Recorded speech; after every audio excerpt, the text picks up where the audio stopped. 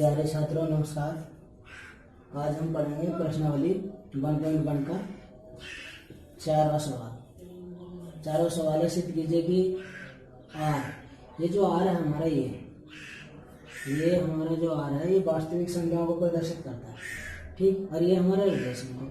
ये एग्जाम में कभी कभी हमारा जो है इस प्रकार से भी मोटे मतलब डार्क करके आ जाता है, या फिर ऐसे नहीं आएगा तो ऐसा आएगा, ठीक। तो इसमें क्या करेंगे, अब जो है क्वेश्चन को पढ़ते हैं। आर में समुच्चय दिया ए भी इस प्रकार से है कि ए छोटा है बराबर है बी के द्वारा परिभाषित संबंध आर स्वतुल्य तथा संक्रामक है किंतु सम्मित नहीं है। तो अब क्या करते हैं, इसको हल कर लेते हैं।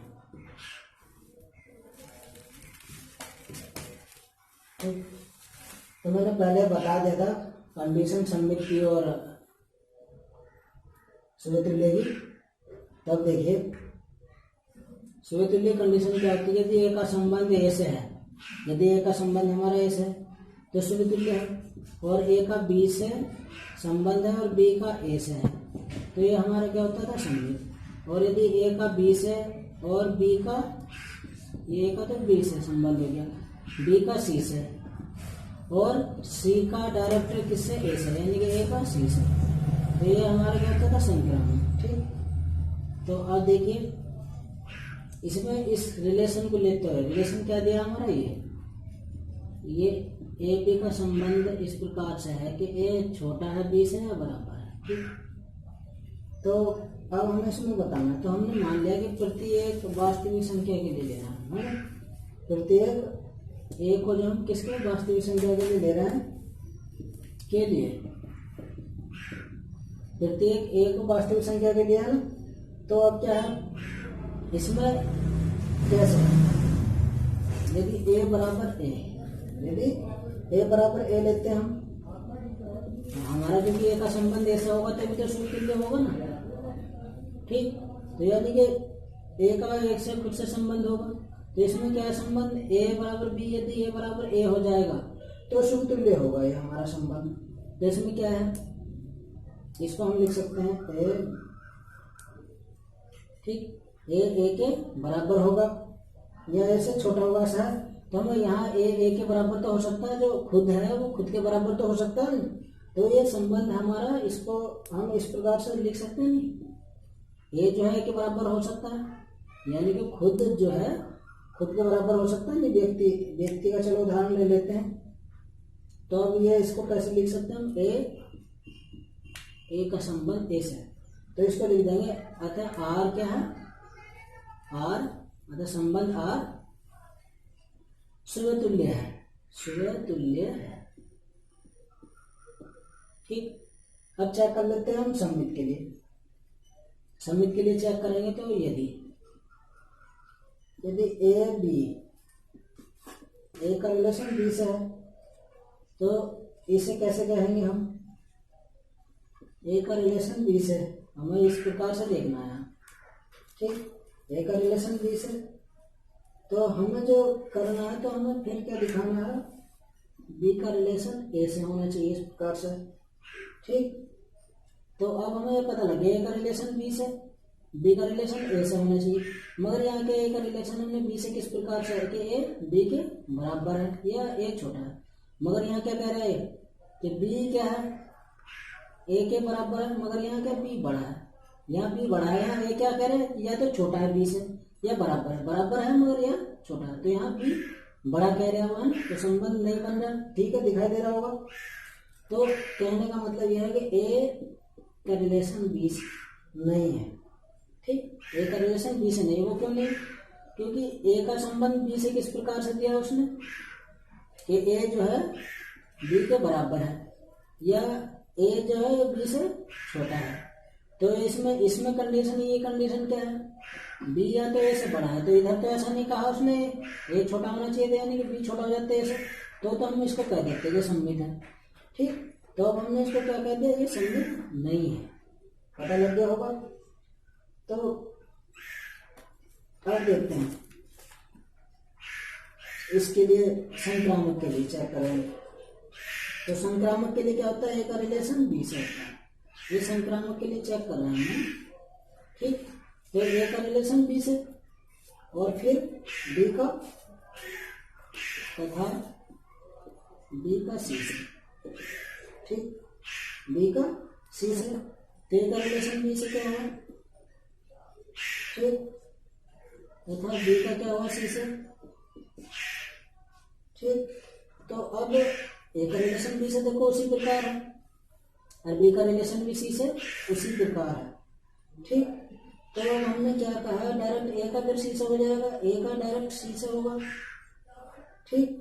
तो देखो ये ए का रिलेशन सी से भी इसी प्रकार से है जैसे ए का बी से। तो इससे हमें क्या पता लगा कि ए का रिलेशन सी से है। तो आता है संबंध क्या है, संक्रामक आता है, संबंध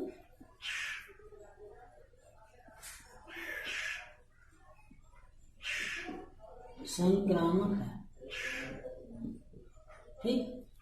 तो ये हमारा हो गया। क्या पूछा था उसने, समतुल्य था, संक्रामक है किंतु सम्मित नहीं है। देखो समतुल्य है,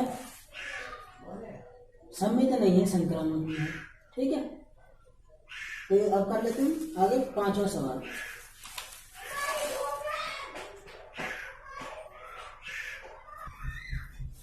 पांचवा सवाल, जांच कीजिए आर में ये जो हमारा वास्तविक संख्या का आर है, में आर बराबर रिलेशन इस प्रकार से दिया है, ठीक। ए बी का रिलेशन दिया है, A less than equal to B Q द्वारा परिभाषित संबंध स्वतुल्य सम्मिलित व संक्रामक, ये हमें चेक करना है। तो मैंने आर का संबंध ये दिया, तो हमें इस प्रकार से चाहिए आर का संबंध, ठीक। जैसे कि हमें स्वतुल्य के लिए चेक करना है, तो ए का संबंध ए से इस प्रकार का होना चाहिए, ए का संबंध ए से इस प्रकार का होना चाहिए।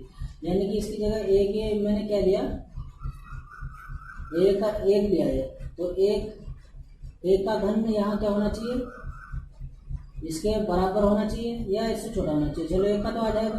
अगर मैंने यहाँ मान लिया वास्तविक संख्याएं लेनी है, तो 1/2 लिया, 1/2 लिया, तो 1/2 का घन यहाँ देखना, तो 1/2 का घन क्या होना चाहिए, इससे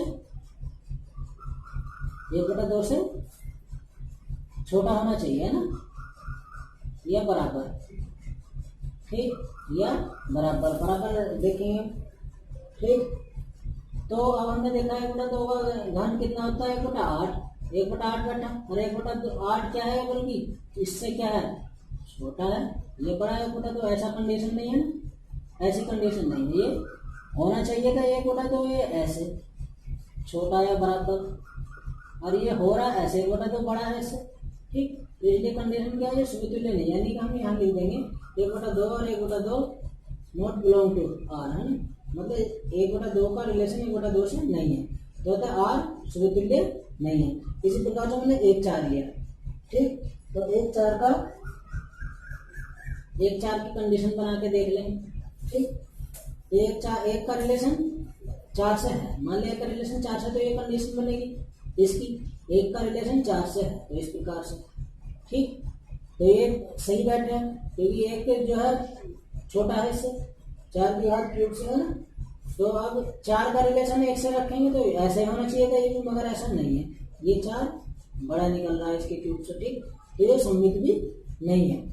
अब क्या है, 9 का रिलेशन 3 से, मैंने एक एग्जाम्पल इस प्रकार से लिया, तो 9 क्या होना चाहिए, छोटा है बराबर 9 की घात 3 में, तो यहाँ तो सही बैठ रहा है, ठीक। क्योंकि 9 जो है छोटा होगा, 9 छोटा होगा किससे, 3 की घात 3 में 27, ठीक है, यहाँ तो सही बैठ है। और यहाँ क्या देखा, 3 और 2, 3 का रिलेशन 2 से, तो यहाँ भी सही बैठ रहा है, ठीक। मगर यहाँ हमने देखा कि डायरेक्ट 9 का रिलेशन 2 से होना चाहिए, तो 9 का रिलेशन 2 से होना चाहिए, तो कैसे, तो 9 का रिलेशन 2 से यहाँ नहीं बैठ रहा, ठीक। 9 का रिलेशन 2 से नहीं हो रहा, क्योंकि 9 का रिलेशन 2 से करते हैं हम, तो क्या बैठता है, 9 का रिलेशन 2 से कर रहे हैं हम, ठीक। इस प्रकार से होना चाहिए था 2 का रिलेशन, 2 का 8 और ये 9, बल्कि 9 ये बड़ा बैठे, है ना, ऐसा आना चाहिए रिलेशन, ठीक है। तो अब क्या हुआ, ये हमें पता लगे ये 9 का रिलेशन 2 से नहीं है, तो ये संक्रामक नहीं है, ठीक। अब हम क्वेश्चन करते हैं 6। देखिए 6वां सवाल है, सिर्फ किसी के समुच्चय ये दे रखा है 1 2 3 और रिलेशन ये है, तो हमें इसमें बताना द्वारा प्रदर्शित संबंध आर सममित है किंतु न तो समतुल्य है और न संक्रामक है। ठीक, न तो समतुल्य है और न संक्रामक है। ठीक, तो हमें सिद्ध करके बताना। तो देखो अब इसको हम हल कर लेते हैं। तो ये चीज तो हमें दे रखी है उसमें रिलेशन। अब हमें देखना है जो एक का रिलेशन एक से समतुल्य में क्या होता है, जैसे ये दिया है 1 2 ये समुच्चय दिया ना, तो एक का रिलेशन 1 से और 2 का रिलेशन 2 से, 3 का रिलेशन 3 से अगर है तो क्या है, संबंध समतुल्य है वरना नहीं है। अगर ये संबंध ऐसा है तो समतुल्य है वरना नहीं है। ठीक, तब हमने ये देखा कि ये जो हमारा संबंध समतुल्य नहीं है, क्यों, एक का संबंध 1 से इसमें और 2 का संबंध 2 से नहीं है, 3 का संबंध 3 से नहीं है। ठीक, 3 इसमें है भी नहीं। ठीक, तो समतुल्य नहीं है, तो लिख देंगे आर समतुल्य नहीं है। ठीक, आर समतुल्य नहीं है। अब उसके लिए चेक कर लेते हैं सममित के लिए। यदि इसमें दिया है कि ये एक का संबंध किससे 2 से है, तो 2 का संबंध फिर 1 से होना चाहिए, तो एक का संबंध 2 से है। तो अब हमें क्या पता लगा, हमने देख लिया कि एक का संबंध 2 से है, 2 का संबंध 1 से है। ठीक, तो हमें पता लग गया कि ये समतुल्य तो नहीं था। अब क्या सममित के लिए हमने चेक करा था, ये सममित है। ठीक, आर संबंध सममित है। ठीक, अब हम देखते हैं इसके लिए संक्रामक के लिए। संक्रामक के लिए चेक करना है, तो संक्रामक के लिए एक का संबंध 2 से होना चाहिए, फिर 2 का किसी से दूसरे एलिमेंट से होना चाहिए। ठीक, 2 का 1 से तो इसमें दे रखा है, 1 का 2 से 2 का 1 से दे रखा। ठीक, मगर यहाँ क्या 1 का 1 से नहीं दे रखा फिर। ठीक, यहाँ दिया ना 1 का 2 से और फिर 2 का 1 से मान ले, तो फिर 1 का 1 से नहीं है, तो यहाँ ये भी संक्रामक नहीं, यहाँ लिख देंगे संक्रामक नहीं है, संक्रामक नहीं। तो हमसे क्या पूछा था क्वेश्चन में कहा था कि संबंध आर सममित है किंतु न तो समतुल्य और न संक्रामक। तो हमें पता लगा कि सममित तो है हमारा, ठीक, संक्रामक नहीं है और समतुल्य भी नहीं। ठीक है, मैंने बताया आपको कैसे नहीं। देखो, एक का संबंध 2 से, 2 का 1 से, तो सीधा पता लग रहा है कि सममित है।